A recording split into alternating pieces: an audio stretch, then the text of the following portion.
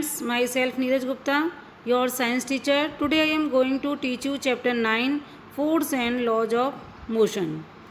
हम वीडियो के 5th part में एक्सप्लेन करेंगे कंजर्वेशन ऑफ मोमेंटम. तो now we start conservation of momentum. Physics में इसका मीन्स होता है no change. Conservation of momentum is mostly used to describe the collision between the object. Okay, तो हम एक एग्जाम्पल के थ्रू इसे समझने का प्रयास करेंगे कंजर्वेशन को. Suppose two balls A and B of masses ma and mb respectively are traveling in the same direction along a straight line with velocity ua and ub respectively. Also ua is greater than ub and there are no another external unbalanced force acting on them. The two balls collide with each other for time t during which the ball a exerts a force fab on ball b exerts a force fba on ball a. Let BA and BB are the velocities of the two balls after the collision. It means कि हम माना कि MA और MB ये दो द्रव्यमानों की दो ball हैं जो एक सरल रेखा में चल रही हैं UA और UB वेलोसिटी से. ओके, फिर इनमें एक छोटे समय के लिए T समय के लिए इनमें आपस में कोलिजन होता है. ठीक है, तो कोलिजन के बाद फिर ये अलग हो जाती हैं और VA और BB वेलोसिटी से आगे चलती हैं. तो जिस दौरान इनमें दो बॉल जो हैं A और B उनमें T समय के लिए जो कोलिजन होता है तो उस दौरान जो बॉल A है बॉल B पर फोर्स लगाती है FAB. ठीक है, और B बॉल जो है A बॉल पर फोर्स लगाती है कितना FBA. ठीक है, तो यानी एक्शन और रिएक्शन के नियम से क्या होगा, जो फोर्स है FAB तथा FBA ये परिमाण में बराबर और दिशा में विपरीत होती है. ओके, तो हम एक डायग्राम के थ्रू इसे समझने का प्रयास करेंगे. देखो, ये दो बॉल हैं A and B. A yellow colour की है और B रेड कलर की. ओके, इनका मास है MA और MB. नीचे वेलोसिटी है इनिशियल वेलोसिटी UA और UB. ये दोनों बॉल हैं आपस में आफ्टर सम टाइम दोनों टकरा जाती हैं A एंड B.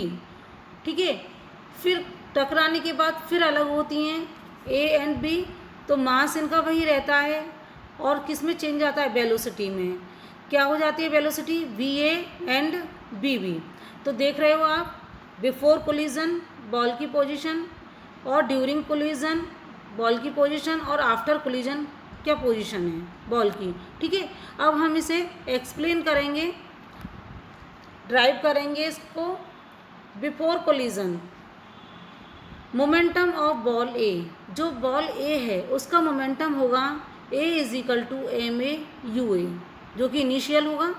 ओके, हम इनिशियल वेलोसिटी को U से रिप्रेजेंट करते हैं और फाइनल वेलोसिटी को V से रिप्रेजेंट करते हैं. ओके, और M मास को हम M से रिप्रेजेंट करेंगे और बॉल को हमने A और B से रिप्रेजेंट किया है. ठीक है, तो मोमेंटम ऑफ बॉल B क्या हो जाएगा, MB UB. यानी बॉल A है वो क्या हो जाएगा उसका MA UA और बॉल B का MB और UB momentum. Okay, after collision क्या हो जाएगा, momentum of ball A MA BA और momentum of ball B = MB BB. ये बिफोर कोलिजन और after collision momentum of ball का होगा. ओके, आगे चलते हैं. From second law of motion. ठीक है, तो सेकेंड लॉ ऑफ मोशन क्या है, FAB = MA BA - MA UA upon T. ठीक है, इज इक्वल टू किसके बराबर होगा, M A V A plus U A upon T. F B A जो दूसरी बॉल है बराबर किसके होगी, M B B B minus M B U B upon T is equal to M B B B minus U B upon T. T से T cancel करेंगे, लेकिन अभी बाद में करेंगे हम इसे। अब हमारा कोलिजन जब होगा दोनों बॉल का, तब फोर्स क्या होगी, F A B is equal to minus F B A opposite direction में। Okay, M A B A minus U A upon T is equal to minus M B B B minus U B upon T. ठीक है, T से T cancel हो जाएगा, M A B A minus M A U A is equal to minus M B B B plus M B U B. Okay, अब हम क्या करेंगे, जो बी वाली हैं हम इन्हें पहले ले आएंगे और यू वाली बाद में। M A B A plus M B B B is equal to M A U A plus M B U B. This means that total momentum before collision is equal to total momentum after collision। यानी collision से पहले जो momentum है वो और collision के बाद momentum equal रहेगा। Okay, therefore the net momentum of balls does not change when there is no external unbalanced force acting on them। This is known the law of conservation of momentum। इसलिए जो net momentum है ball का does not change नहीं होगा when there is no external unbalanced force. कोई भी unbalanced force नहीं होगा, उस पर कोई कार्य नहीं करेगा।